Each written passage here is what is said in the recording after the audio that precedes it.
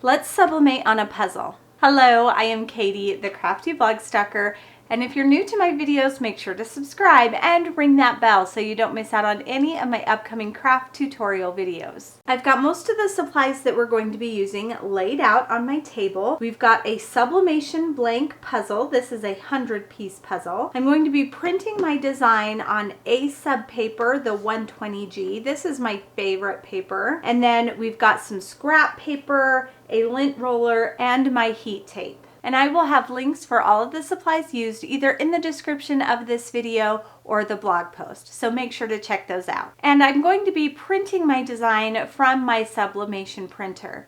If you want more information on how to convert an Epson EcoTank printer into a sublimation printer, I do have a video all about that. Just make sure that you are using a sublimation printer or sublimation transfer sheets like infusible ink to put onto your puzzle.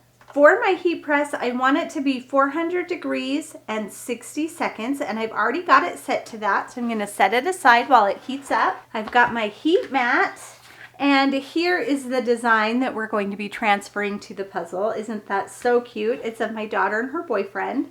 And I'm going to use this paper just to kind of help sturdy up that mat a little bit. I'm going to bring in my puzzle. And the first thing I want to do is go over it with a lint roller. And I want to be careful that I keep those pieces attached to each other as I go over with the lint roller.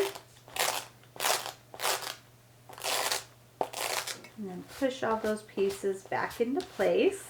Now this puzzle measures 7.5 by 9.5, so I was able to print on just an 8.5 by 11 sheet of paper, and I made the slightly larger. So I think I did 7.75 by 9.75.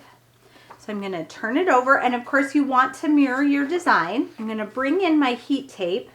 And I love this tape dispenser. It pre-cuts my tape for me. And then I just need to make sure that I am covering the entire design, or covering the entire puzzle with the design. That is good placement. So I want to tape the sublimation print down into place because we don't want it to move. I'm also going to take a piece of scrap paper and put it over the top of the design, and this will collect any extra ink that seeps through to protect our press. It doesn't need to be any specific kind of paper. Any paper will do. Our heat press is ready, so I'm going to grab that, and I want to put it straight down onto my design. I don't want to move it around, and I'm going to start that timer.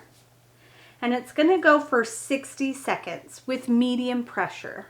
And then again, I'm going to lift it straight up. I don't want to move it around. And we're going to let this cool for just a minute before we remove anything. All right, so I'm going to take off that piece of scrap paper. And then I want to carefully peel back the tape.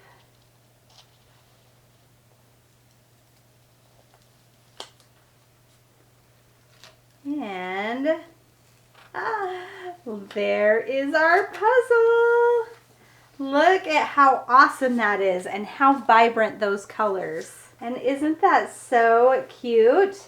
And of course we can take the puzzle pieces apart. I use Printer Jack sublimation ink, and I absolutely love the print quality that comes out using that ink. Isn't that so fun? If you want more fun at craft tutorials, make sure to visit my website, thecraftyblogstalker.com. Thanks everyone. Bye and happy crafting!